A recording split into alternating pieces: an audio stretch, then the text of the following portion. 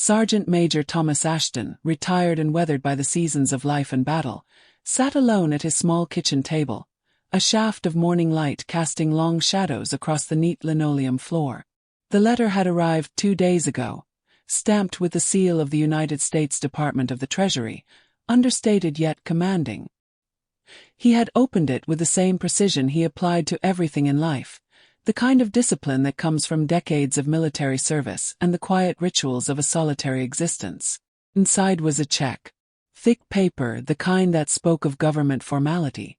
The figures printed on it made him pause, not out of greed or disbelief, but because of what they represented.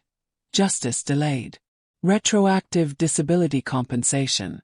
The sum had been awarded for injuries he'd sustained decades earlier, wounds not of flesh but of memory and nerve. The kind that didn't bleed but never stopped hurting. Had taken years.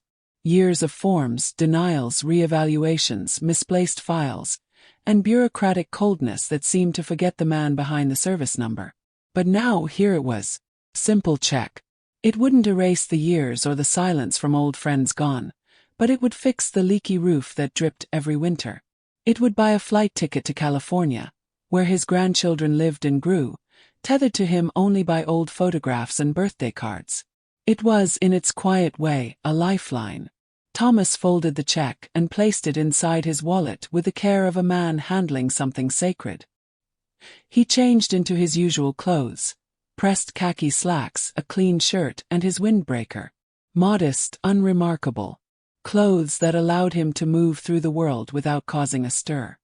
He tucked his VA identification and driver's license into the same inner pocket and set out. Downtown was noisy with life and impatience, but Thomas moved at his own pace. He had chosen Consolidated Trust Bank because it had been his bank for nearly half a century. He'd opened his first account there with his wife before shipping out to Vietnam.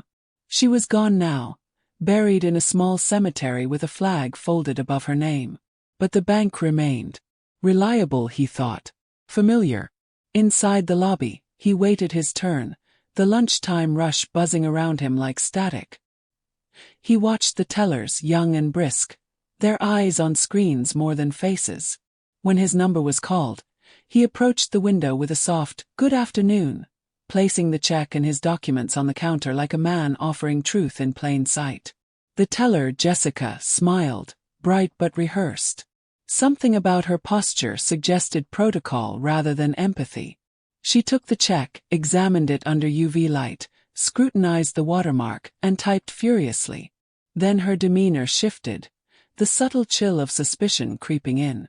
"This check," she said cautiously, "is rather large. Paper feels off. Are you sure it's real?" Thomas felt the flicker of old frustration stir beneath his ribs. He kept his voice even. "Young lady, that's a United States Treasury check. Directly issued for my disability compensation. I assure you it's authentic." But she wasn't listening. Not really. She was following a flowchart in her mind, driven not by experience or intuition, but fear of making the wrong call in a world that punished mistakes with pink slips and lawsuits. She cited routing numbers, unfamiliar formats, irregularities. Words that to Thomas meant nothing compared to the weight of 30 years in uniform. He offered his VA ID again. "That's my name on the check. That's me." But her eyes didn't meet his. They were on the machine beside her. The shredder. And then, without ceremony, without a single call to her supervisor or a glance of true consideration, she fed the check in. The sound it made, a low whir, quick and brutal, wasn't just paper. It was dignity, trust, years of waiting being torn into confetti. Thomas stood motionless. His breath caught somewhere between disbelief and restrained fury. He had seen soldiers fall, convoys burned, entire operations go sideways under the weight of chaos. But never had he felt such a cold, quiet betrayal as he did in that moment, by a system he had served, now turning its face away. "You just shredded a government-issued Treasury check," he said, barely above a whisper. Jessica looked back, detached, rehearsing the line she'd been taught. "Bank policy, sir. For suspected fraudulent instruments." You'll have to contact the issuer. Something inside him stilled, then hardened. He did not argue. Not here. Not with her. There was a different battle to fight now, a higher chain of command to reach, one she never imagined he had access to. He turned slowly and walked out, not defeated but resolved. And that was the last moment the bank would know peace. Jessica Moore had been working at Consolidated Trust Bank for just under a year. She was 26, fresh out of college with a finance degree, driven by a need to prove herself in a world that didn't forgive mistakes, especially not for someone like her, the first in her family to wear a blazer to work. She woke each morning with a tightness in her chest she disguised as ambition, and she carried the constant weight of knowing that one misstep could unravel the fragile stability she'd built. That Tuesday was like any other. Clients came in with deposits, questions, complaints, and the same weary stares. Jessica performed her tasks with methodical efficiency, checking IDs, verifying signatures, inputting numbers into the computer system with robotic precision. There was no room for hesitation. No room for trust either. Not anymore. Not in the age of phishing, fraud, and counterfeit checks that mimicked federal design so closely even seasoned tellers had been fooled. The branch had already had 2 near incidents in the last quarter. Her supervisor, Miss Lorraine, had made it clear. If you're not sure, destroy the check and report it. Don't risk it. Not even if the person looks like they fought in the Civil War. So when the old man stepped forward, tall, shoulders still squared despite his years, eyes calm in that unnerving way only war veterans and widowers carried, Jessica didn't register kindness or service. She registered variables. Risk. Anomaly. The check he handed her was substantial, tens of thousands, and issued by the U.S. Department of the Treasury. The paper was thicker than normal stock. The routing number began with digits she didn't recognize. Her fingers hesitated as she typed, the system blinking back a mild alert. Non-standard format. Not rejection, just a flag. Was. Prompt to take a second look. Her pulse quickened. Jessica looked up at the man, who watched her with the patience of someone who'd already endured longer queues in worse places. She glanced down at the check again. Her training screamed at her. This is off. This isn't clean. You don't know if it's real. I'm going to have to verify this, she said quietly. He gave a small nod. Of course. She ran the check under UV light. The watermark appeared, but not quite as sharply as she was used to seeing. The microprinting was there, yet unfamiliar. Her brain did what fear-trained brains do. It shut out logic and latched onto suspicion. She imagined headlines. Bank releases forged federal check worth $82,000. Employee under scrutiny. Her name in disciplinary emails. Her job on the line. She didn't know this man. What if he'd printed this in a basement? What if this was a test? A sting? I'm afraid this may be fraudulent, she said. Her voice trembled, barely audible over the clicking of keys and low murmur of the lobby. The man raised an eyebrow, but his expression remained steady. It's from the Treasury. Yes, sir, but it doesn't match our standard formats. I've seen fakes before. Jessica reached under the desk, fingers brushing the secure bin. A last-second doubt stabbed her sternum. She looked at the man again. His hands were calloused, a scar above his left eyebrow barely visible, like a forgotten medal. There was something disarming about the stillness he carried. Still her hands moved. I need to follow protocol, she whispered, more to herself than him. She fed the check into the shredder. Made that clean, short sound. Final sound. The sound of something being undone. The man didn't shout. He didn't flinch. He just watched it disappear. The silence that followed was crushing. Jessica suddenly felt the floor tilt beneath her. Something in her stomach went cold and hollow. She couldn't look at him. I'm sorry, sir, she stammered. It's policy. If a check is flagged, we're trained to dispose of it. You can contact the issuer for a reprint. I can give you a number to call. His voice cut through the air like frost. Low. Controlled. Measured in the way soldiers measure distance before taking a shot. You just shredded a federal document. issued directly to a decorated veteran by the United States government. Do you understand what you've done? Jessica blinked. Her ears rang. The noise of the bank around her seemed suddenly too loud, too far away. The glass panels, the security cameras, the humming fluorescent lights. All of it became abstract. Thomas Ashton stepped back from the counter with the kind of grace that only came from discipline honed under fire. He looked at her not with anger, but with something far worse, disappointment that cut deeper than rage. Then he left. Jessica stood there, rooted, the air congealing around her. And when the phone at the manager's desk rang not 2 minutes later, when Lorraine picked it up and her face drained of color, and she locked eyes with Jessica as the words "federal investigation" were whispered into her headset, it was already too late. She had done everything right. Except the one thing that mattered. She hadn't listened. The air inside Consolidated Trust Bank had barely settled after Thomas Ashton walked out when the first call came through. Lorraine Riggins, the branch manager of 16 years, who had seen everything from robbery attempts to employees quietly escorted out by HR, picked up the receiver expecting another customer complaint.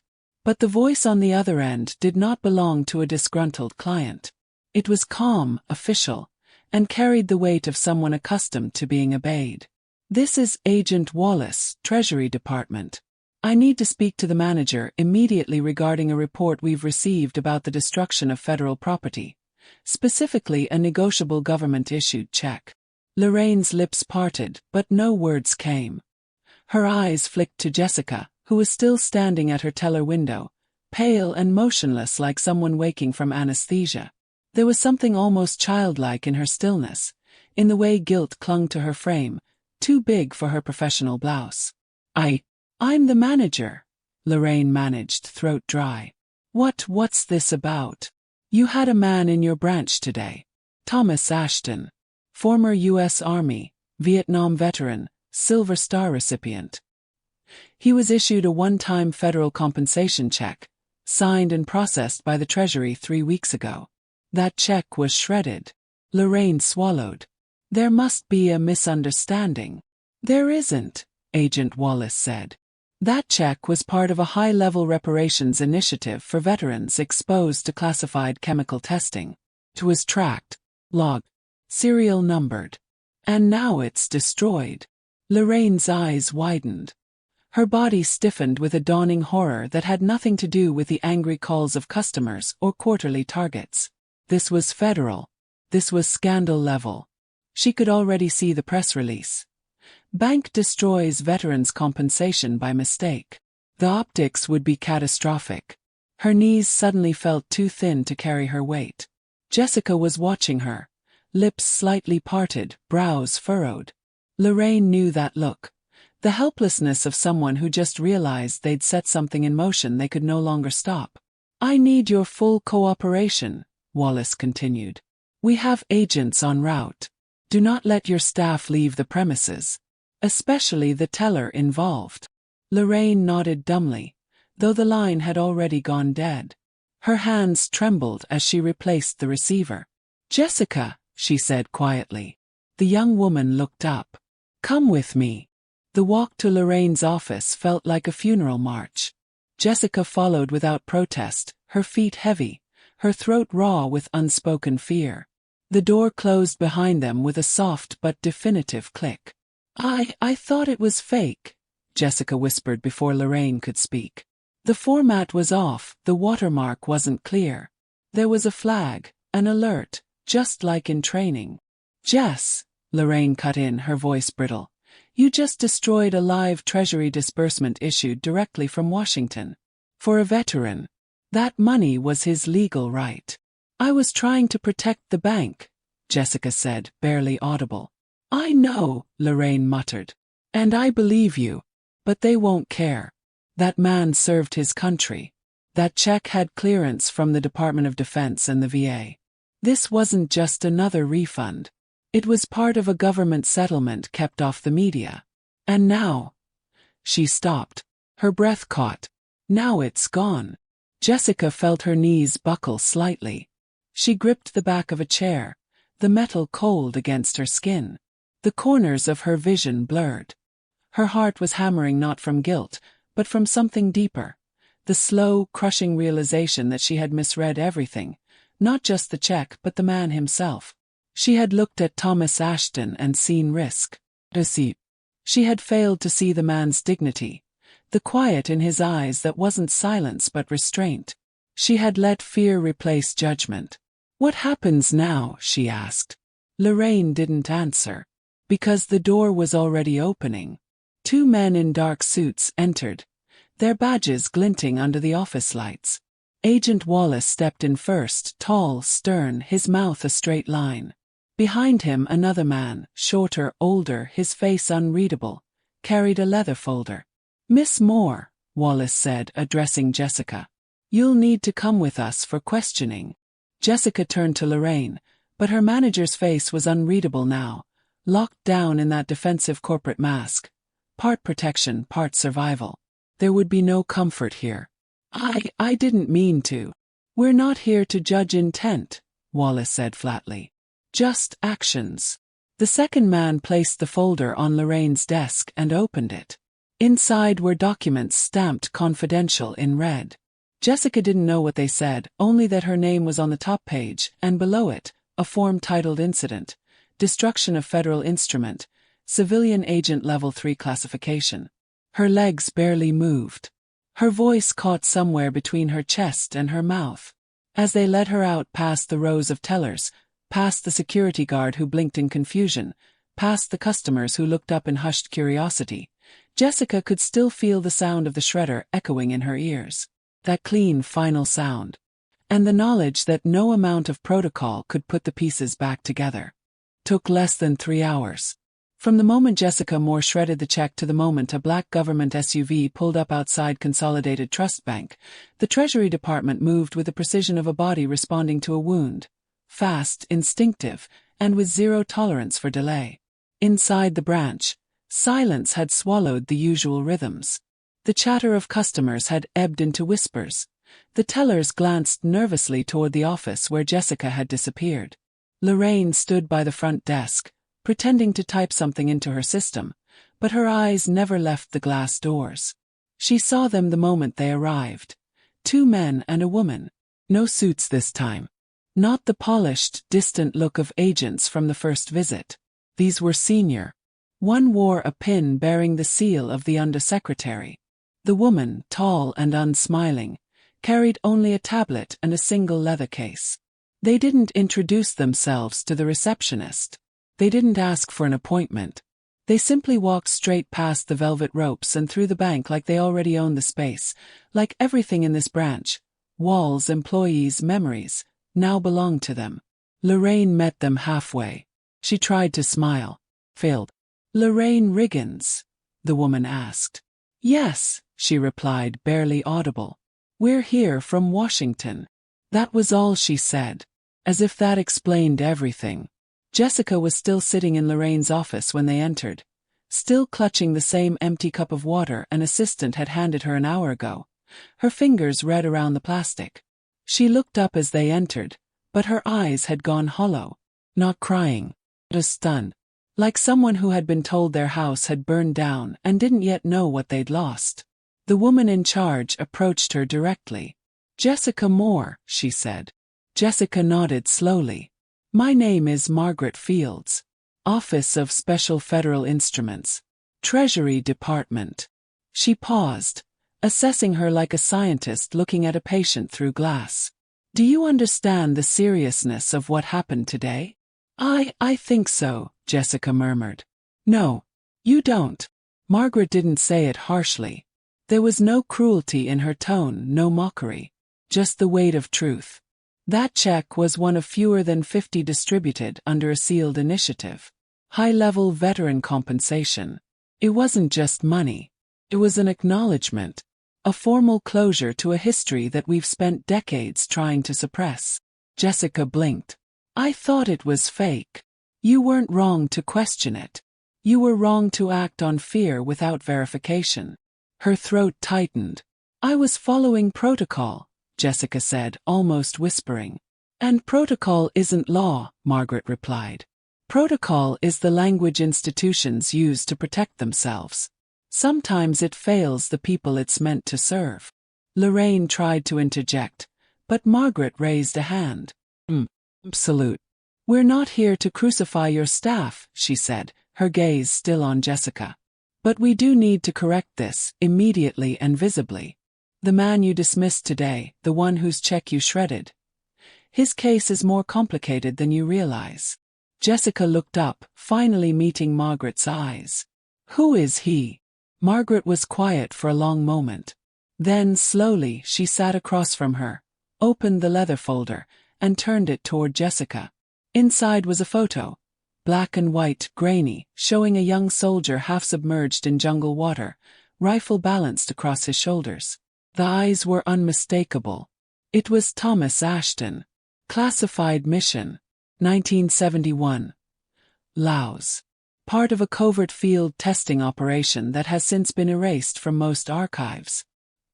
He was exposed to Agent D7, a neurological compound we now know causes degenerative disorders, psychological fragmentation, and in some cases early-onset dementia. The government denied the operation for over 30 years. Then they quietly settled. Jessica stared at the image. The soldier looked no older than 21. Skin soaked, face streaked with dirt and sweat, but those same steady eyes, quiet, defiant, pierced through the paper like they'd never aged. He never asked for compensation, Margaret continued. He lived in silence, built a life, lost his wife, never once filed a claim. When we reached out to him, it took him 6 months to respond. Not because he didn't need the money, because he didn't trust that it meant anything.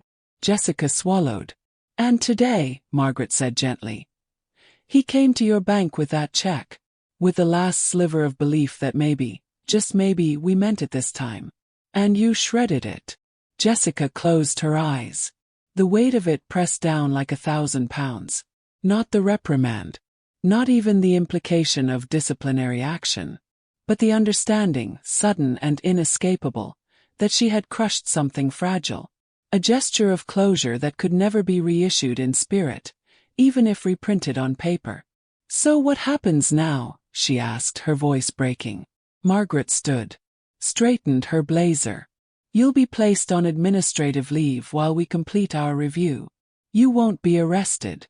But you will be written into the report. Permanently. Jessica nodded. She didn't cry. There was nothing left to cry about. This was no longer about punishment. It was about living with the knowledge of what she had broken. Margaret turned to Lorraine. We've already printed a replacement check.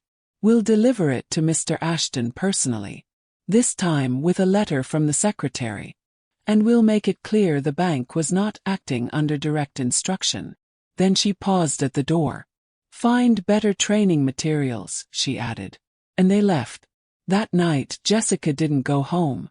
She wandered the city aimlessly, avoiding the headlines already forming online, the emails piling up, the messages from her mother asking why the news was using her name.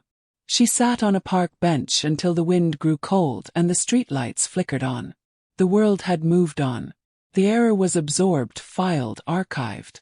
But in her mind, she kept hearing one sound on a loop. The quiet, efficient hum of the shredder. And the silence of the man who didn't try to stop her. The investigation concluded in 11 days. Not because it was simple, but because the urgency had become undeniable. Public sentiment, once quietly apathetic toward the invisible machinery of bureaucracy, had shifted after the story went viral. A grainy security cam still of Thomas Ashton standing in a bank lobby, holding a crumpled piece of paper, face unreadable, had been posted on social media with the caption, "They shredded the last apology he ever got." Spread like fire. Not with outrage, but with something more dangerous. Recognition. People saw in his stillness a mirror of their own fathers, grandfathers, or uncles who had quietly faded into the corners of public memory. And for once, the collective conscience didn't look away. The Treasury Department knew silence wasn't an option, so they didn't try to hide the process. They did something rarer. They told the truth. Jessica Moore was officially reprimanded. Her name was not erased from the narrative. But neither was she scapegoated. In the internal review, it was found that she had indeed followed Consolidated Trust Bank's internal protocols. Yet those very protocols, layered with systemic assumptions and cloaked in the language of risk management, had proven to be structurally biased against anything that fell outside the predictable. The check's unusual formatting, the high amount, the absence of a public record. These weren't red flags, they were human exceptions. And the system had no space for exceptions. Jessica was offered a chance to return to her position, but she declined. The decision wasn't dramatic. There were no tears, no final speeches. She simply walked into Lorraine's office one morning, handed over her resignation letter and said, "I'm not the same person who sat at that desk. I don't want to pretend I am." Lorraine didn't stop her. She only nodded. And when Jessica left, she watched from her window, the sun casting long, soft shadows as her former colleague disappeared into the crowd. But the investigation didn't stop with her. The bank's regional compliance department was overhauled. A full audit revealed that nearly 4% of flagged checks in the past 5 years had been mishandled, many of them belonging to veterans, elderly clients, or individuals with limited documentation. Most had never filed complaints. Most had simply walked away. The CEO of Consolidated Trust issued a rare, unscripted apology on national television. His hands trembled slightly. He didn't try to explain the mistake away. Instead, he looked into the camera and said, "We built a system that punishes people for not fitting a mold. That's not banking. That's cowardice." The bank began a new program named the Ashton Directive, a training and procedural shift aimed at empowering employees to respond to uncommon cases with empathy before suspicion. It was optional at first. Then it wasn't. Branches across the country began incorporating it. A few resisted. Most didn't. The cultural tide had turned. Thomas Ashton, meanwhile, never spoke to the media. He received the reissued check in person, delivered by Margaret Fields herself. Along with it came a handwritten letter from the Secretary of the Treasury. In it she wrote, "This check is a formality. The real debt is one we cannot repay. Not with money, not with paper. But we hope this gesture, delayed though it may be, helps restore some small piece of the dignity that should never have been questioned." Thomas didn't respond publicly. He didn't post online, didn't grant interviews. He returned to his quiet life in the outskirts of town, walking the same path to the post office each morning, wearing the same faded army jacket. But neighbors noticed something had shifted. He stood a little taller, looked them in the eye more often. Once, a teenager from the neighborhood approached him and said simply, "You're the guy from the story." Thomas had paused, smiled faintly and said, "No, I'm the guy who kept showing up." Jessica, in the months after her resignation, enrolled in a counseling program. Trauma-informed care. She said it wasn't for others. Not at first. She needed to understand herself, what fear had done to her judgment, how she had come to associate authority with rigidity. In time, she began leading seminars on ethical risk assessment, using her own story as case study. She never hid from it. She didn't wallow in it either. She turned it into a lens.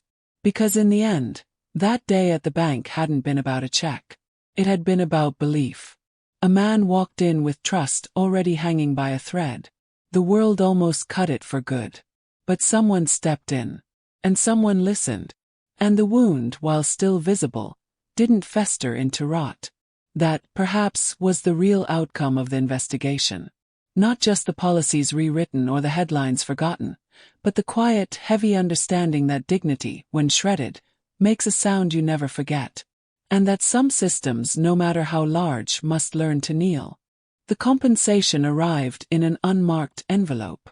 No fanfare, no embossed seal, no weighty courier delivery to symbolize justice at last. Just a regular envelope, postmarked from Washington, D.C., slipped through the Ashton family's old mailbox like any other piece of mail, a quiet end to a very loud silence. Inside was a certified document, an official acknowledgement from the Department of Veterans Affairs and the Treasury Department. It confirmed what had taken too many years and too much hesitation to admit, that Thomas Ashton had been owed those funds, not just as a matter of arithmetic, but as a matter of principle. Alongside the document was a check. The original amount had been recalculated, adjusted for inflation, interest, and delay. The figure was larger now, but it was not the number that caught Thomas off guard. It was the accompanying note, typed plainly but signed by hand in navy ink. Mr. Ashton, no monetary amount can restore what was lost in waiting. This is not payment, it is acknowledgement. Your service was not forgotten. We regret that it was ever made to feel that way. He read it once, then again. Then he folded it slowly, pressing the crease like a ritual. It was the first time in decades he had received something from the government that didn't feel like a warning or a correction. Felt like respect. News of the compensation began circulating, first locally, then among veteran communities online. But Thomas himself remained quiet. His neighbors didn't see a change in his routine. He still rose early, still tended the small tomato garden in the back, still carried a folded newspaper under his arm as he walked to the diner each Thursday for coffee with Gerald, the only friend who never stopped checking in, even when Thomas withdrew after the banking incident. At the diner, a few veterans began joining them. Not all from the same war. Not even the same generation. But word had gotten out that the old man with the quiet eyes was someone who understood. They sat with him. Sometimes they didn't talk at all. They just drank coffee and let the silence do the healing. Soon after, Thomas received another letter. This one from a small veteran advocacy group based in Vermont. They wanted to interview him, record his story. Not the check, not the scandal, but his story. What it meant to come home to a country that didn't know how to say thank you, and what it meant to live with that silence. He agreed. Not because he wanted attention, but because he understood now. Dignity wasn't something given. It was something reclaimed. And stories, when told truthfully, had the power to do just that. Not only for the teller, but for every listener who had ever wondered if they too had been forgotten. The interview, once released, reached places even the scandal hadn't. It was raw, quiet, and staggeringly human. He didn't talk much about combat. He talked about coming back. About waiting for years for a letter that never arrived. About the time he stood in line for a job and was told to try again, once you've got more experience, as if war had taught him nothing. About watching the town change while he remained a relic in its margins. But he also talked about kindness. About a nurse in Saigon who'd let him borrow a book of poetry. About a woman he'd loved once, who waited longer than she had to. About the feeling of standing on a porch with a check in hand. Not because he needed the money, but because someone somewhere finally said, "You matter." The government later passed what they called the Ashton Provision, an expansion of the Veterans Financial Equity Act, which now required all flagged claims over a certain age to undergo an independent human review, not just algorithmic vetting. The bill was dry in language, dense in bureaucracy, but the veterans knew what it meant. It meant no one else would wait as long as Thomas did. It meant no one else would feel like a ghost in the system they once served. Jessica attended the signing. She stood near the back, unnoticed by most, clutching the lapel of her coat. She hadn't spoken to Thomas in person since that day. She didn't plan to. But as the applause rose and the cameras clicked, she allowed herself a quiet breath of something close to peace. Thomas, meanwhile, returned to his home as always, stepping over the creaky porch plank he kept meaning to fix. He set the check in a drawer with other things he deemed important but unspoken. His discharge papers, a photo of his unit, a dried sprig of lavender tied with a string. Outside, the wind stirred gently. Somewhere, a flag shifted on a rusted pole. And in the hush that followed, the air seemed to say, "You were seen. You were heard. You were never meant to be forgotten."